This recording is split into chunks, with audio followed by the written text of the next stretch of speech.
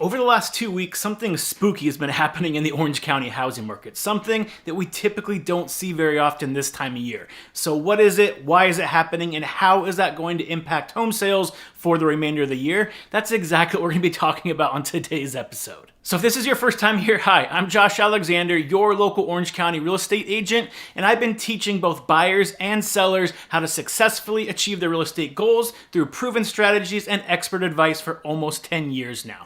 So on today's episode, I'm going to be doing my monthly housing market update for Orange County, and we're going to go over everything that you need to know if you're thinking of buying or selling a house anytime between now and the rest of the year. So let's go ahead and get into it.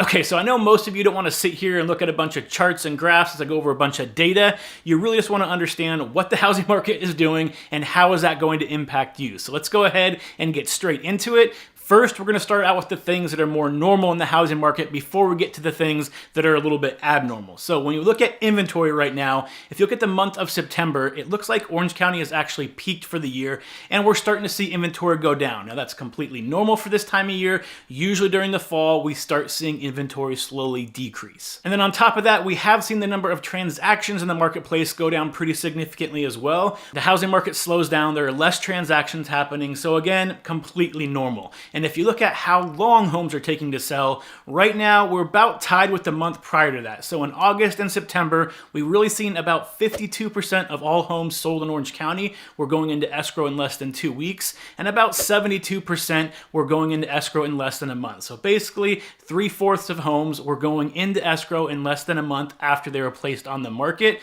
That's still considered a slight seller's market, where if you price your home correctly, you're going to get asking price or maybe a little bit higher depending on the condition and the marketing done around that house. Now here's where things get a little more interesting. So if you look at demand has actually gone up by 10% over the last 2 weeks. Now typically during this time of year, you're seeing demand slightly go down, and it really tracks very similarly with what inventory is doing. So we usually see demand slowly dropping and inventory dropping at the same time. However, demand has gone up significantly over the last 2 weeks. And if you look at the last 500 sales in Orange County, you can actually see this in the data. So out of the last 500 sales, 53% of those homes went for at or above asking price. Now, if you look at the month prior, you're around 47%. So we're actually seeing more homes go into escrow above or at asking price than we did the month prior. So the housing market is actually starting to heat up a little bit as we head through the month of October, which is usually the exact opposite of what normally happens, where everything starts to slow down. So why is this happening? Well, as you probably guessed, it all comes down to those interest rates continuing to fall.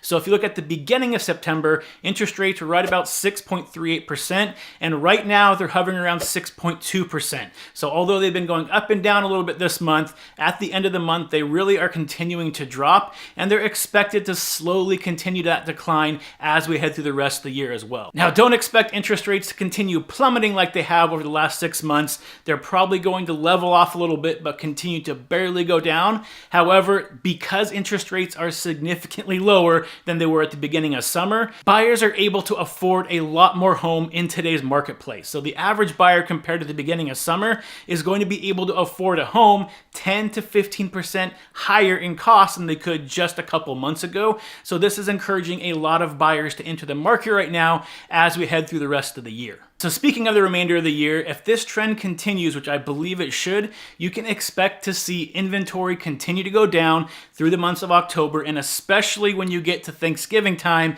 inventory tends to plummet. However, if interest rates remain around the same or even start going down a little bit, demand is not going to go down as fast as supply, which means by the end of this year, like I said in my last month's update, you can expect to see a housing market that is most likely hotter than it is right now. Now, how much hotter can it get? Well, a lot of it is going to depend on what those interest rates do. So right now, inflation seems to be mostly under control. So really the biggest thing that is going to impact interest rates as we head through the rest of this year are the jobs report. So the new job report comes out this Friday. So by the time this airs, it will already be out. But if unemployment suddenly spikes, then there is definitely a possibility that you start seeing interest rates slowly go down as we head through the rest of the year. If it comes in about what everybody expected, I would expect interest rates rates to remain relatively unchanged as we head through the next month or two. So a lot of what's going to happen towards the end of the year is going to depend on what the jobs reports look like in October, November, and December. Now, at this point of the episode, you might be saying, isn't there something major coming up over the next month that might impact the housing market? Maybe an election or something like that? Yes, so there is an election coming up. It is in November, and if you want to understand how elections tend to impact the housing market, I dedicated an entire episode to that, so you can check that out right up here if you're watching this on YouTube, and I'll also post it at the end of this video, but definitely check that out, because in that one, I dive a little bit more into the data to show you exactly what you can expect to happen during a typical election cycle before and after the election happens. So if you're thinking of buying or selling a home before the end of the year, what is the best advice that I have for you?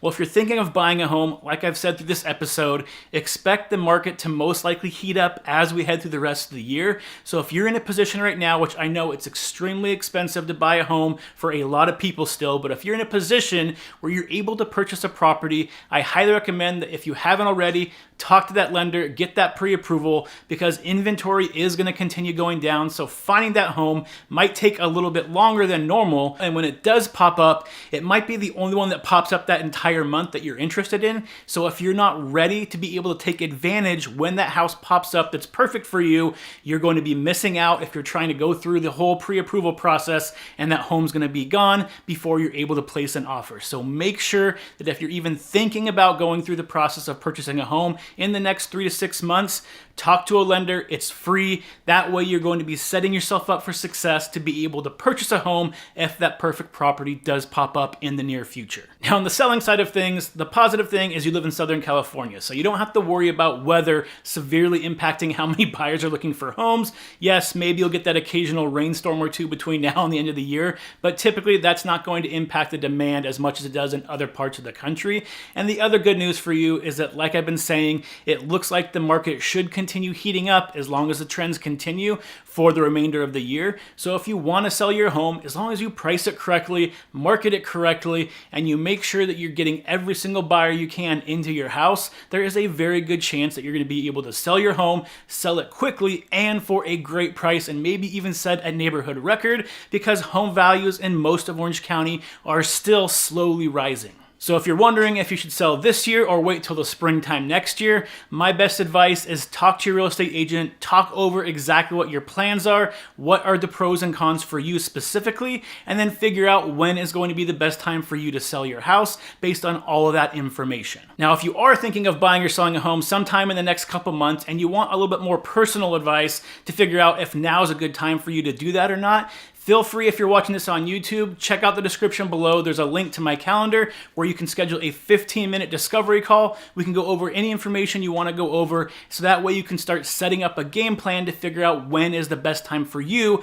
to really enter the market. And again, if you are thinking of buying or selling a home and you want a bunch of free resources to help you kind of walk through that process, again, check out the link in the description below if you're watching this on YouTube. There's a bunch of free guides in there to kind of help you get started and get you to a point where you're more comfortable moving forward. Now, if you do want to get some more information on how the upcoming election is going to impact the housing market, you can check out this video right here if you're watching this on YouTube. And if you want a better understanding of how the new commission rules that went into effect in August are impacting buyers and sellers, you can check out this video right here where I go over all the information you need to know. So until next time, stay happy, stay healthy, and I'll see you on the next show.